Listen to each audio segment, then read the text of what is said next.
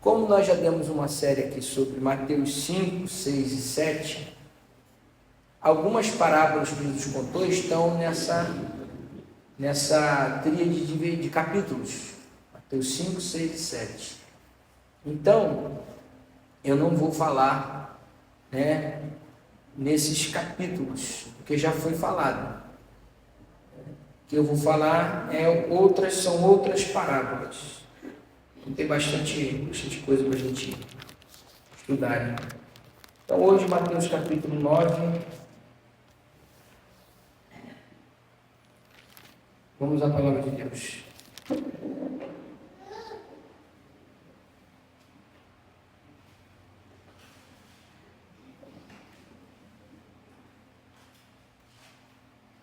Mateus capítulo 9,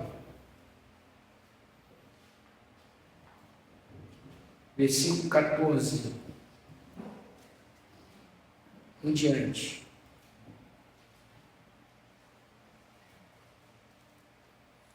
Mateus capítulo 9, versículo 14 em diante.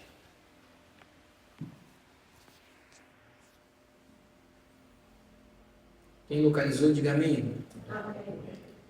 Está escrito assim: Então chegaram ao pé dele os discípulos de João, dizendo: Por que jejuamos nós e os fariseus muitas vezes, e os teus discípulos não jejuam? E disse-lhe Jesus: Podem porventura andar tristes os filhos das bodas enquanto o esposo está com eles? Dias, porém, virão em que lhes será tirado o esposo, e então jejuarão. Ninguém deita remendo de pano novo em veste velha, porque semelhante remendo rompe a veste e faz-se maior a rotura. Nem se deita vinho novo em odres velhos, aliás, rompem-se-lhe os odres, entorna-se o vinho, e os odres estragam-se. Mas deita-se vinho novo em odres novos, e assim ambos se conservam. Senhor, essa é a tua palavra que foi lida, e vamos aplicar nos nossos corações, que o teu Espírito venha falar poderosamente conosco nesta noite, em nome de Jesus. Amém.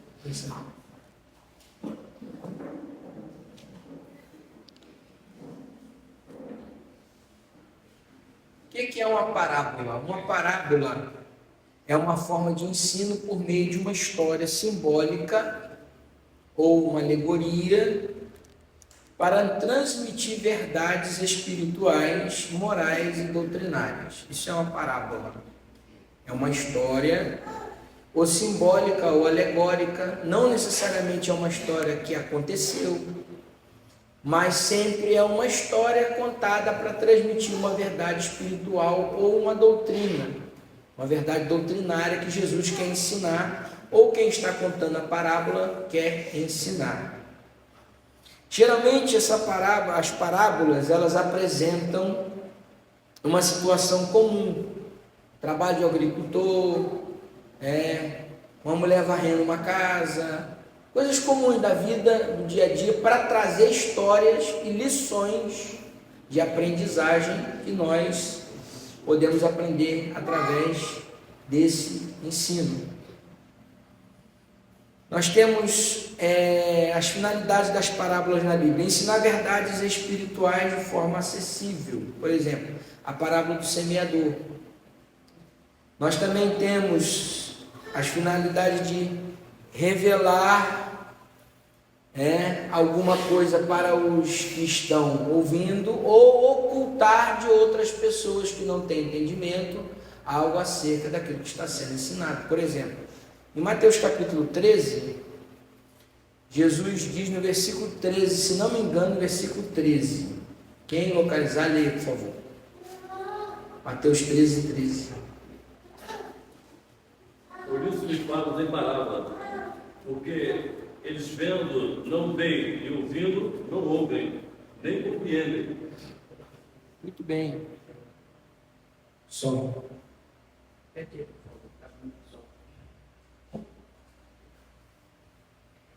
Porque aquele, versículo, O versículo 13. por isso Lhes falo em parábolas, porque eles vendo não veem, e ouvindo não ouvem, nem compreendem. Muito bem. Então as parábolas elas servem para, às vezes, trazer mensagens somente para algumas pessoas.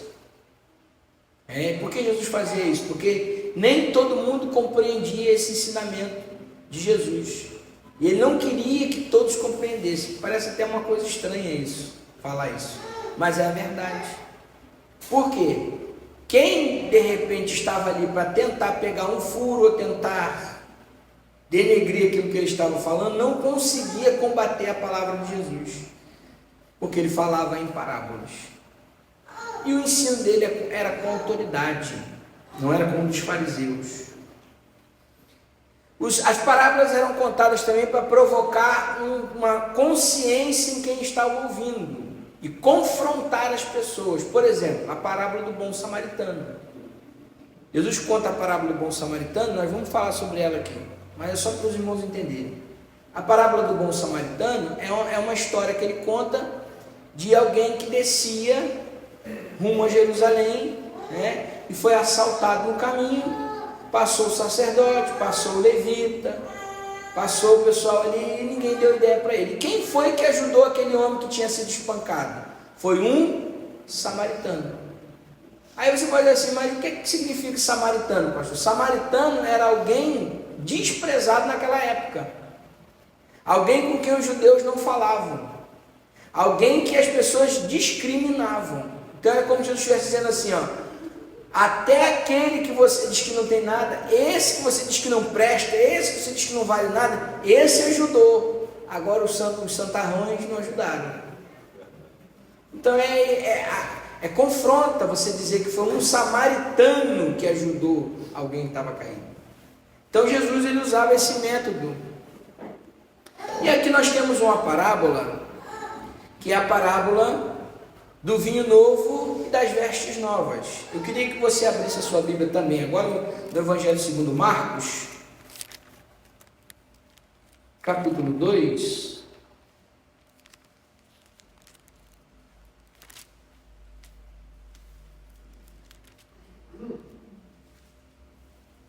Versículo 18, porque também é contada esta parábola novamente aqui. Marcos 2,18. Ora, os discípulos de João e os fariseus jejuavam, e foram e disseram-lhe: por que jejuamos os discípulos de João e os fariseus, e não jejuam os teus discípulos? E Jesus disse: podem porventura os filhos das bodas jejuar enquanto está com eles o esposo? Enquanto tem consigo o esposo, não podem jejuar, mas dias virão em que lhes será tirado o esposo, então jejuarão naqueles dias. Ninguém costura remendo de pano novo em veste velha, porque o mesmo remendo novo rompe o velho e a ruptura fica maior. E ninguém põe vinho novo em odres velhos, do contrário, o vinho novo rompe os odres e entorna-se o vinho, e os odres estragam-se, e o vinho novo deve ser posto em odres novos. Mas também essa parábola é contada em Lucas 5, por favor. Lucas 5, 33.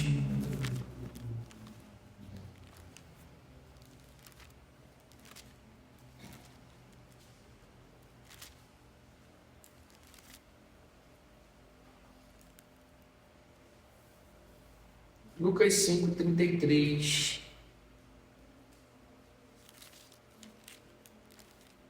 Ao 39. Vou pedir o evangelista Roberto para ler, a calma é melhor que eu.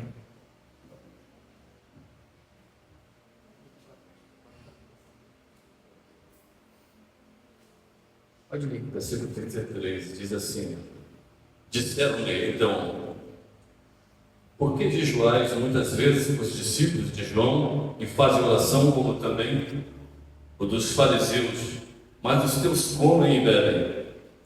E ele lhe disse: podeis vós jejuar os convidados das bodas, enquanto o esposo está com eles?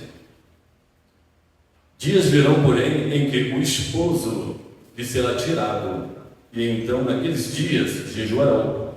E diz-lhes também uma parábola: ninguém tira um pedaço de uma veste nova para coser a veste velha, pois se romperá a nova e o remendo não condiz com a veste velha. E ninguém põe vinho novo em odres novos, em odres velhos. De outra sorte, o vinho novo romperá os odres e entornará-se o vinho, os odres se estragarão.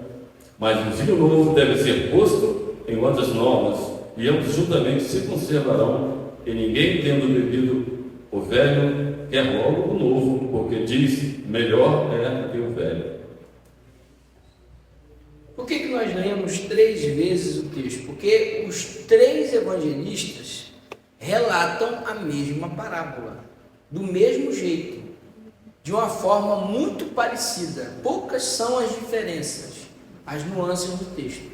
Mas, por que Jesus foi questionado acerca do jejum? Eu quero que os irmãos entendam que Jesus foi questionado pelos discípulos de João Batista e pelos fariseus. Então há um duplo questionamento aqui acerca do jejum. E que jejum é esse que Jesus está sendo questionado? Não é o jejum que nós fazemos para nos consagrar. Não é isso.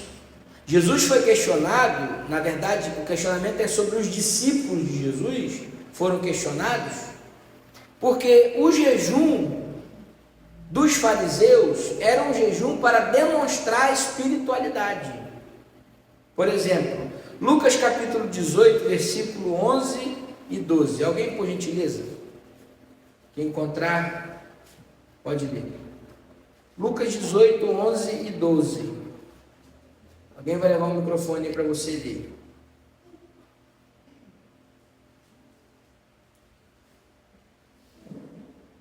Peraí, microfone.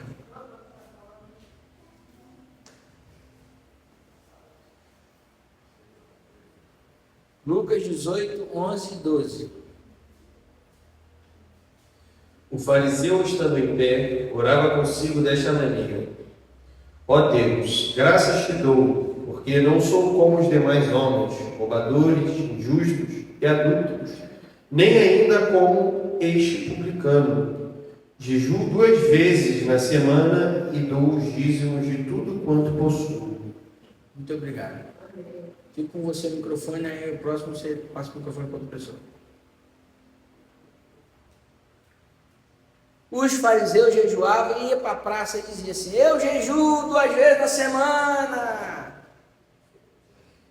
eu dou o dízimo, eu sou fiel, eu sou isso, aquilo outro. Então era uma coisa para mostrar para os outros, não era para Deus, é para revelar que eles eram melhores do que os outros. E esse tipo de espiritualidade Jesus não aceita, Jesus condena. Você se apresentar na presença de Deus para mostrar que você é melhor que alguém, eu não falto culto, eu sou isso, aquilo, fulano falta, fulano não está, cada um toma conta da sua vida, meu irmão. Porque aqui nós vamos dar conta diante de Deus da nossa vida, da vida dos outros não. Então dê conta da sua vida. E cada um dá conta da sua vida a Deus. Estão me entendendo?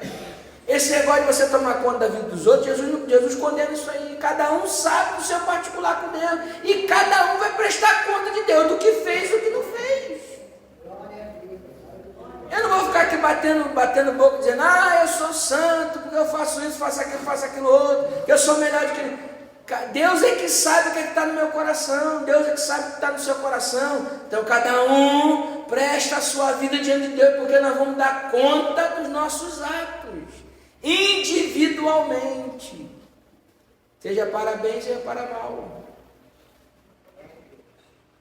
Os fariseus, eles batiam no peito, diziam: eu sou santo, sou santarrão. E na verdade Jesus disse: não, isso aí... E os discípulos de João? Por que os discípulos de João contestaram Jesus? Porque os discípulos de João usavam o jejum como uma forma de penitência, de tristeza. Eles estavam tristes porque João estava preso. Então, como eles estavam tristes, angustiados, de luto, porque João estava preso, eles então faziam questão de jejuar, deixar de comer, como um sinal de luto, de tristeza, porque sabiam que João ia morrer. Então, quando os dois grupos chegam para Jesus, tanto os fariseus quanto os discípulos de João, e dizem: Senhor, por que os teus discípulos não jejuam? Olha só, querendo se meter na vida dos outros.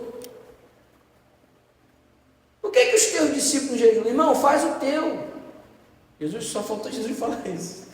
Só faltou Jesus falar assim: toma conta da sua vida. Mas não. Fariseu e discípulo de João andam junto para questionar Jesus. Por que os discípulos não estavam jejuando? Mas por que os teus discípulos não estão jejuando? Aí o que acontece? Jesus olha e diz assim: enquanto o noivo está na festa, ninguém fica de luto, ninguém fica triste. Ele primeiro vai dar a resposta para os discípulos de João. A primeira resposta de Jesus é para os discípulos de João. E a resposta é: enquanto o noivo está presente na festa, ninguém faz luto. Vocês já viram alguém fazendo luto em festa de casamento? Eu nunca vi. Alguém de luto em festa de casamento? Eu nunca vi. Festa de casamento é lugar de celebrar, lugar de dançar, de pular de alegria, de comer, de festejar. Então Jesus estava dizendo: eu sou o noivo. Enquanto o noivo está aqui, não tem tristeza, ninguém vai ficar de luto não, porque o noivo está aqui. Jesus não era contra o jejum, irmãos. Nunca Jesus foi contra o jejum. Lucas 5,35, por favor. Fica atento aí, quem achar, você fica de pé, que aí vai chegar o microfone na sua mão aí. Calma, calma. Lucas 5,35.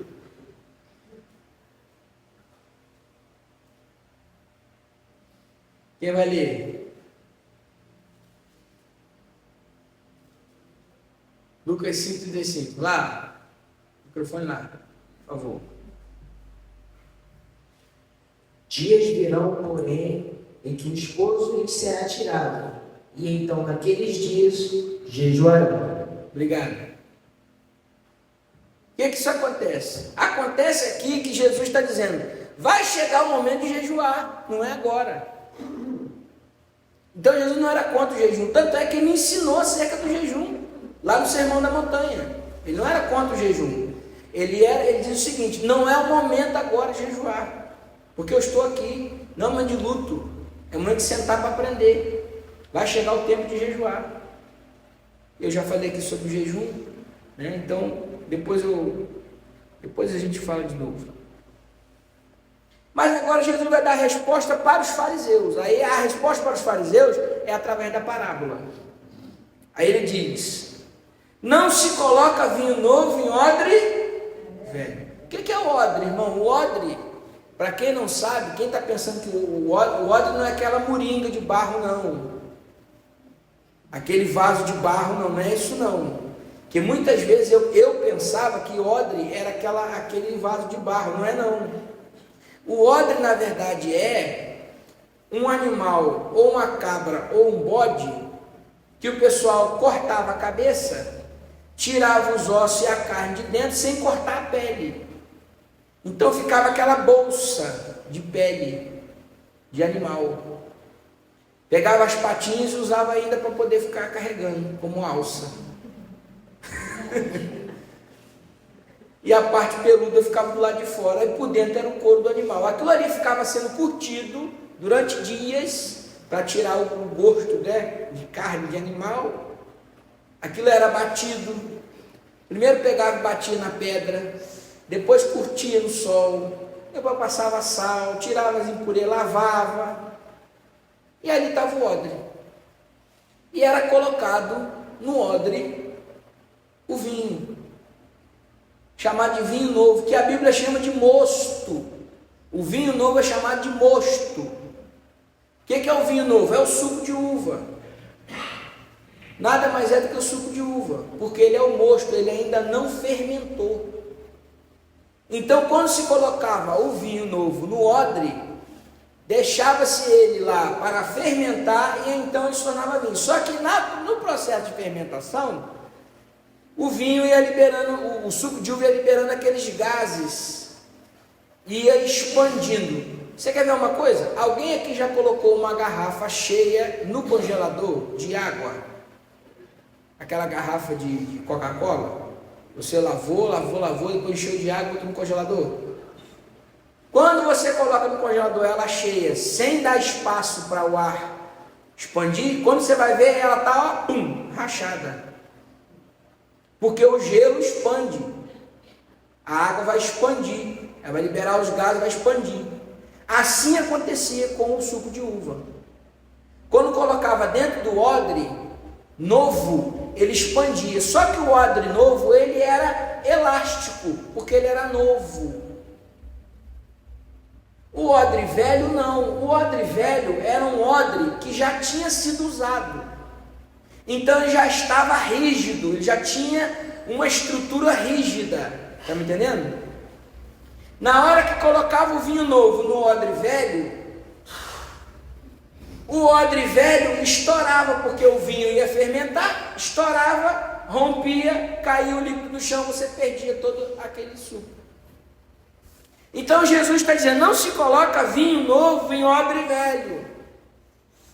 Ele está ensinando para os fariseus assim, olha, o que eu estou trazendo,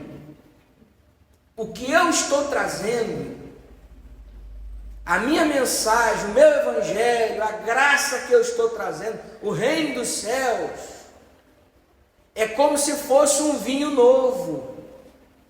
E não cabe dentro dessa bolsa velha que vocês estão carregando aí, chamada religião judaica, não cabe, porque vai estourar. Não cabe. Eu não vim trazer para vocês alguma coisa que seja igual que vocês têm. Eu vim trazer algo superior. O que Jesus está ensinando é que a mudança do evangelho, a vida do evangelho interior, a vida espiritual interior, a mudança interior, o estilo de vida novo que Jesus trouxe, a nova aliança, a mentalidade do cristianismo não cabia dentro dos rudimentos da fé velha do judaísmo. Em outras palavras, irmãos, para nós, para nossa aplicação,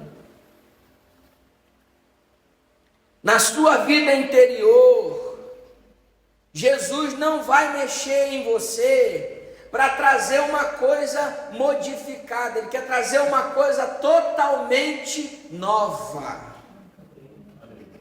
O Evangelho, ele não traz formas velhas, ele traz uma forma de novidade de vida. Não cabe uma vida velha dentro do Evangelho. O Evangelho é coisa nova. O Evangelho não suporta coisa velha dentro dele. Ele vai mudar o seu interior e isso vai sair para o seu exterior.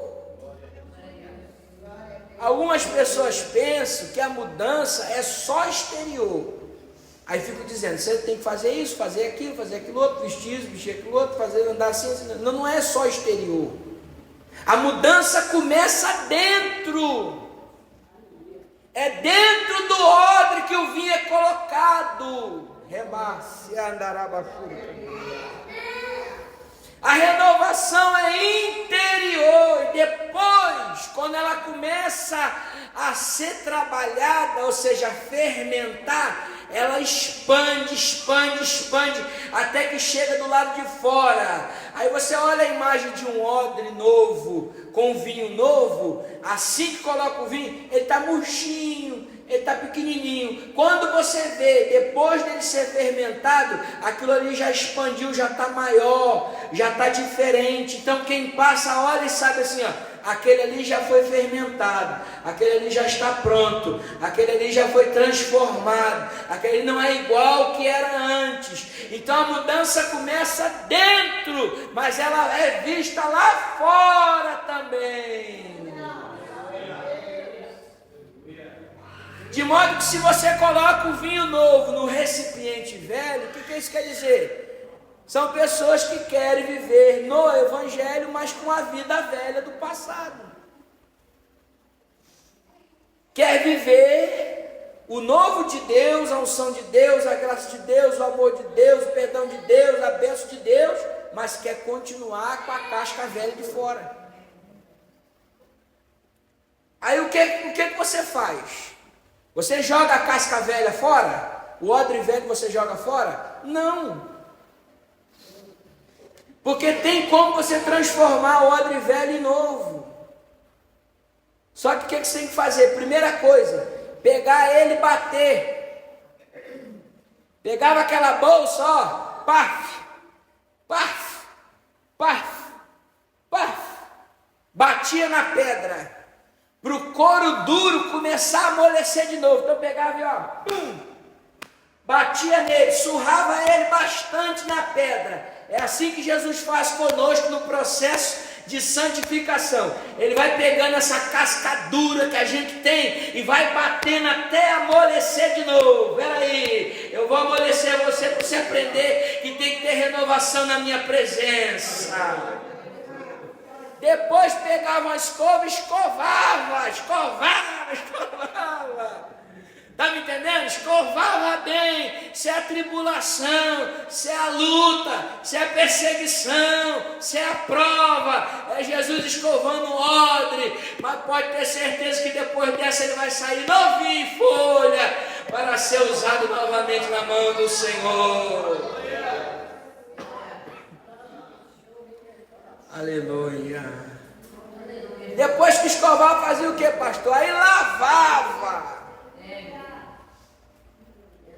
Não tem jeito, irmão. A única forma de ser limpo de verdade é através da palavra.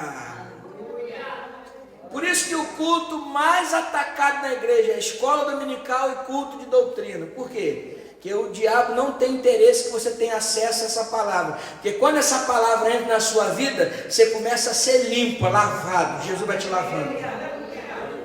Jesus olhou para os discípulos e disse assim: vocês já estão limpos. Pelo quê? Pelo poder, pelo fogo, pelo fuar, pelo manto, pelo mistério? Não, pela palavra que vos tenho falado. Que limpa é a palavra. Você está sendo limpo aqui nesta noite pelo poder desta palavra que eu estou pregando.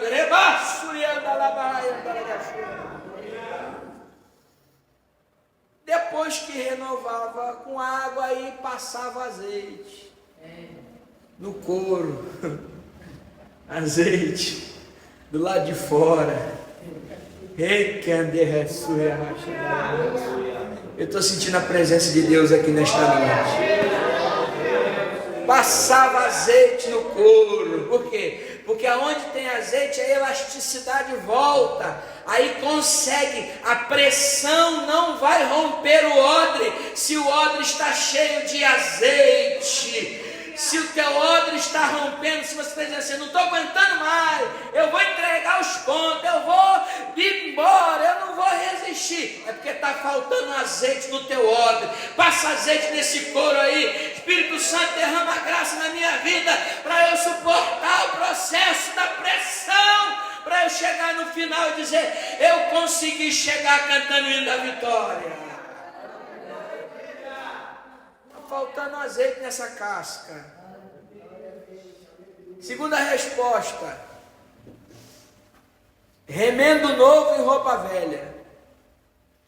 Jesus disse: não se coloca remendo novo em roupa velha. Irmãos, quando nós falamos de roupa hoje, nos nossos dias, eu me lembro quando eu era criança, no tempo da vaca gorda, no tempo da vaca gorda, depois a vaca emagreceu e nunca mais engordou de novo, misericórdia. Mas no tempo da vaca gorda, que nós éramos mais novos, e os irmãos aqui, alguns irmãos devem lembrar disso, nós tínhamos o costume de comprar roupa fora de Angra, que as roupas em Angra eram muito caras.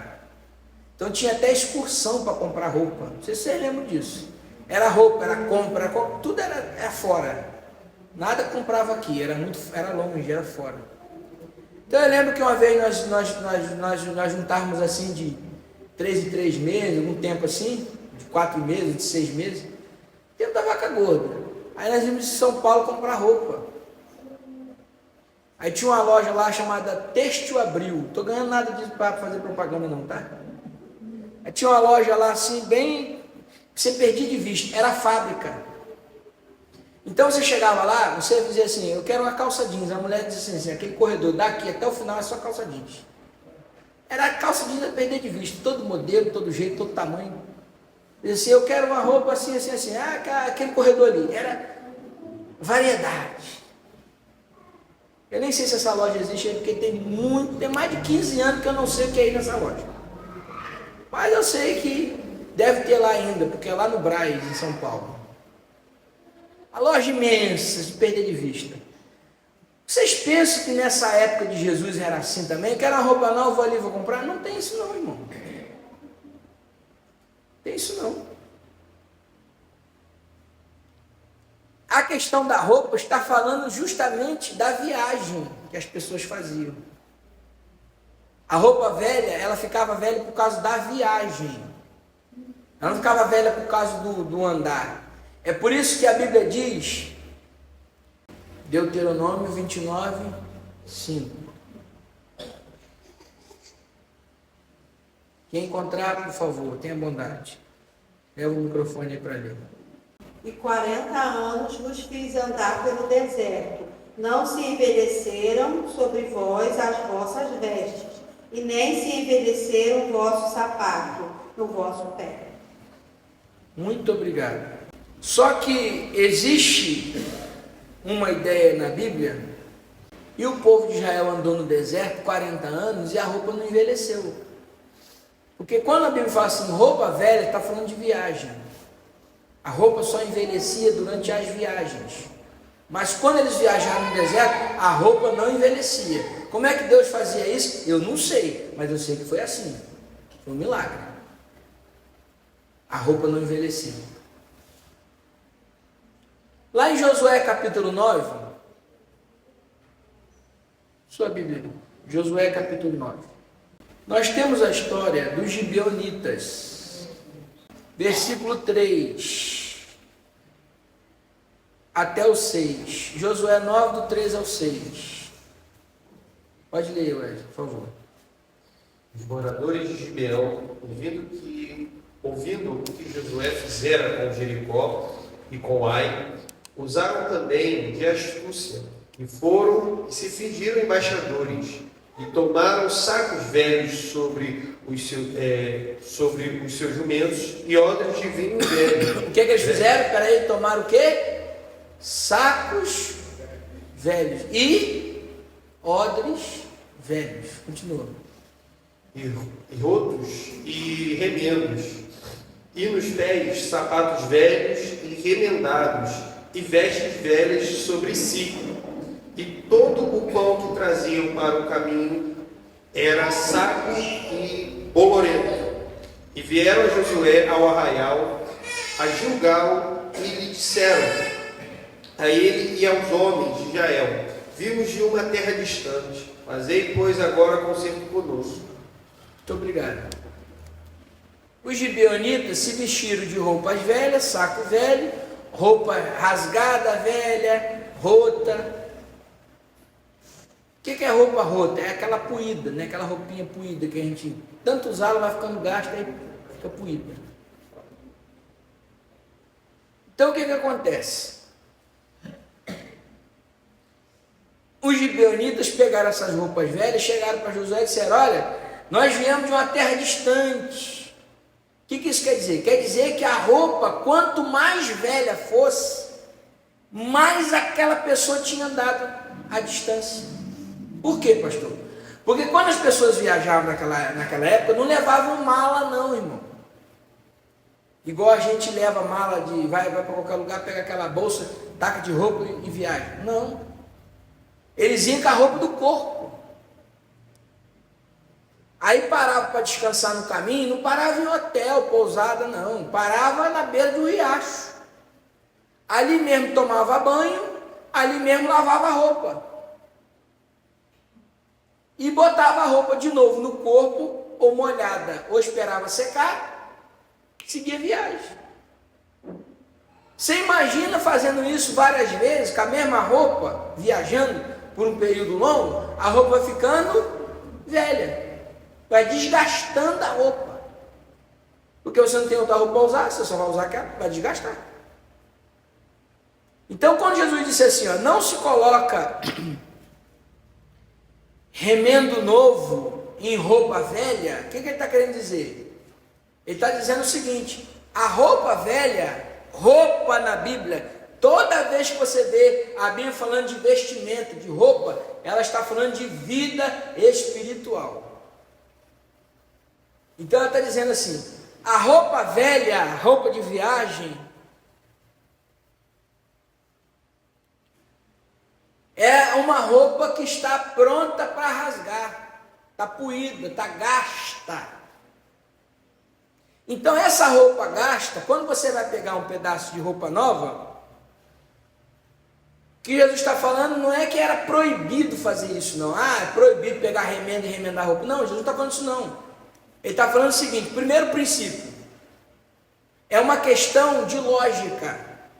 Você está com uma roupa velha, alguém chega para você e diz assim: eu tenho uma roupa nova aqui para você. Você vai olhar e vai dizer assim: não, não quero roupa nova não, eu quero só um pedacinho da roupa nova, que eu vou remendar essa velhinha aqui e vou continuar com ela. Alguém aqui faz isso? Claro que não, irmão. Claro que não. Você vai ganhar uma roupa nova, você não vai dizer assim: não, não quero roupa nova não, muito obrigado, eu quero só um pedaço dela para remendar essa velhinha que eu estou aqui. É claro que não. Claro que não. Até quando você ganha um presente no aniversário, né, você faz questão de usar. É roupa nova, coisa nova. Eu aprendi, quando eu era criança, isso é um princípio lá de casa, que toda roupa nova tem que ser estreada na igreja. Por quê? Porque aqui eu estou me apresentando para o Senhor. Então a primícia da minha vida tem que ser para o Senhor. Então eu ganhei uma roupa nova, um sapato novo, qualquer coisa nova, eu não uso em lugar nenhum.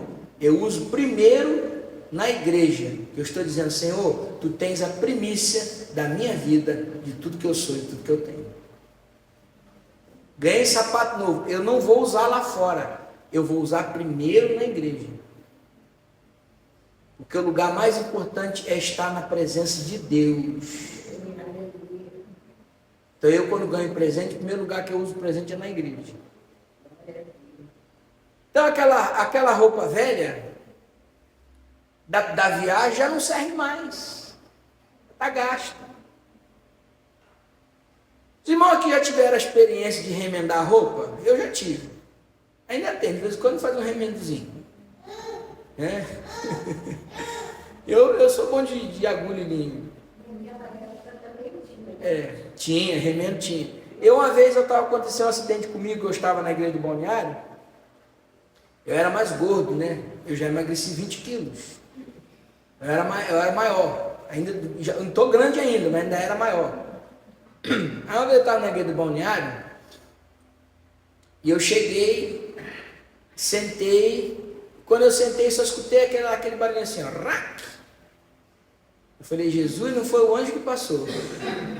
Alguma coisa de errado aconteceu. Aí comecei assim a passar a mãozinha assim no rosto. Graças a Deus naquela época não tinha transmissão ao vivo.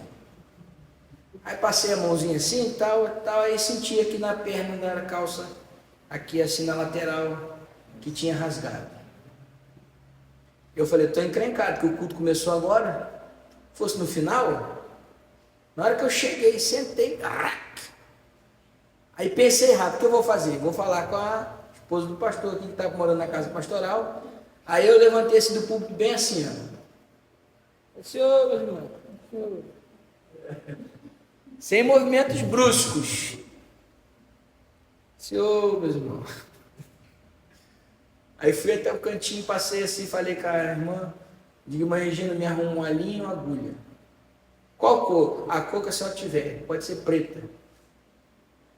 Aí pegou lá, disse: o que está precisando? Deixa comigo. Fui no banheiro, eu mesmo, ó, costurei. E fui para o culto, e cultuei, fui embora para casa. Quando cheguei em casa, é que eu desfiz aquela costura, aí A vovó costurou direitinho. Mas safou. Uma coisa é você safar a sua roupa com a sua roupa. Mais uma vez, falei do tempo da vaca gorda, agora é o tempo da vaca magra. Tempo da vaca magra, a gente que é gordinha assim, né? Aí a calça geralmente ela no meio ela vai ficando puída. Aí mamãe disse assim, tá com essa calça puída? Eu vou dar um jeito nessa calça. Aí ela pegou um pouquinho de tecido da bainha da calça que estava por dentro, esperteza da mãe, cortou do mesmo pano. Só que vocês sabem que o pano que está na bainha por dentro, ele não está sendo gasto, ele está novinho. Apesar de que é da mesma cor, do mesmo material, mas está novinho. O que está por fora, que está sendo batido, ele já está puído. A mamãe cortou, pegou aquele pedaço de pano, costurou, colou, remendou. Irmão, aquilo foi uma tragédia na minha vida. Por quê, pastor?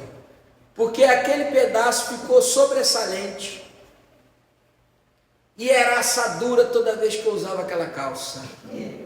Sangue de Cristo tem poder. Acontecia. Irmão, está pensando, eu tenho uma estrada, já passei muita coisa. Então, Jesus está querendo ensinar justamente esse princípio.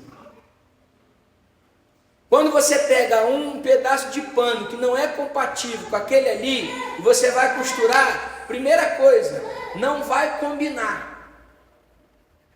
Não combina. Não é a mesma coisa. Está fora do esquadro, está fora da linha. Vida espiritual não se tem como remendar. Tem crente que vive de remendo. Ele vai se remendando. Quando você vê, tá só pedaço assim de tudo remendado. O que isso quer dizer, pastor? Ele, em vez de se consertar, ele quer só dar um jeitinho. Em vez dele chegar assim, Jesus, me faz de novo.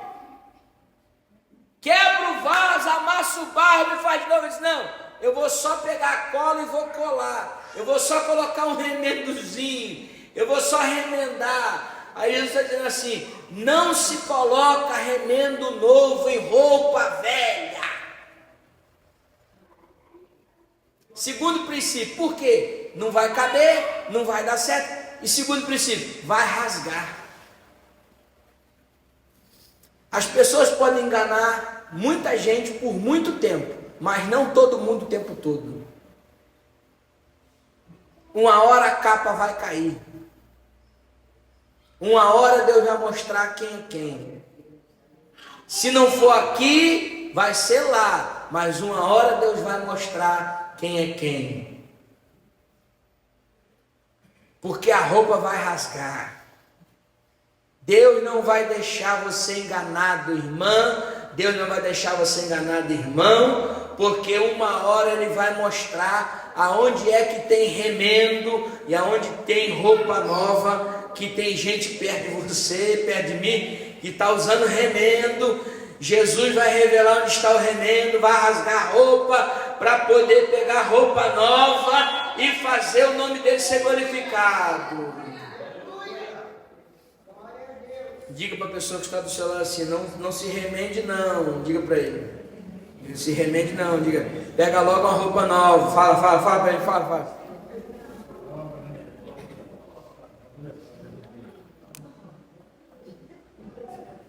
Eu estou falando de roupa espiritual, estou falando de roupa material não. Entenda bem. Melhor você parar de se remendar.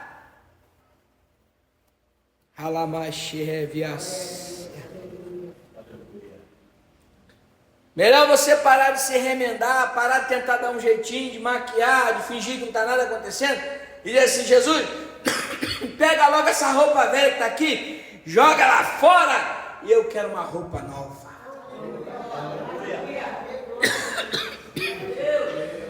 Eu quero uma roupa nova.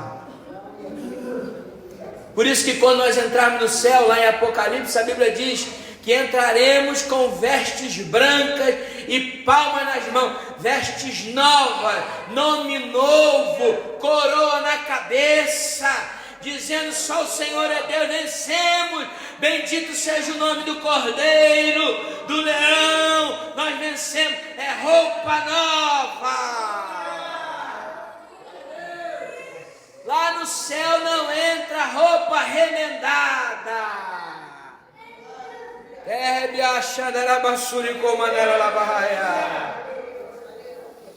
Assim como os odres, as roupas são figuras de vestimenta nova, comportamento novo, vida nova.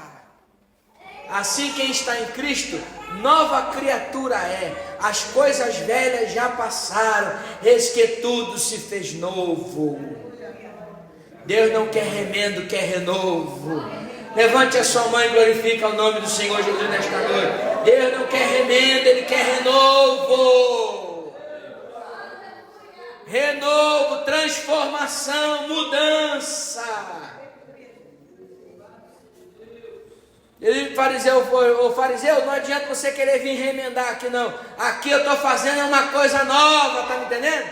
Não é coisa remendada, é coisa nova. Quando você puxar, a roupa está inteira, não tem rasgo, não tem remendo, não tem problema. Eu estou dando vestes novas. Jesus está dando vestimenta nova para alguém aqui nesta noite. Aleluia. Aí tem que dizer assim: não, pastor, mas está chegando aí a festa das irmãs no final de semana. Espera a festa chegar não, já pega a tua roupa nova agora mesmo, para na festa você já estar com a roupa nova. Receba de Deus esse revestimento espiritual, vestimentas novas na tua vida espiritualmente. Receba de Deus vestes novas. Vestes novas, não é remendo não, é coisa nova. Teu casamento não vai ser remendado não, Jesus vai fazer coisa nova. Tua vida espiritual não vai ser remendada, vai ser coisa nova. Tua vida financeira não vai ser remendada, não, vai ser coisa nova. Tua vida emocional não vai ser remendada não, vai ser coisa nova.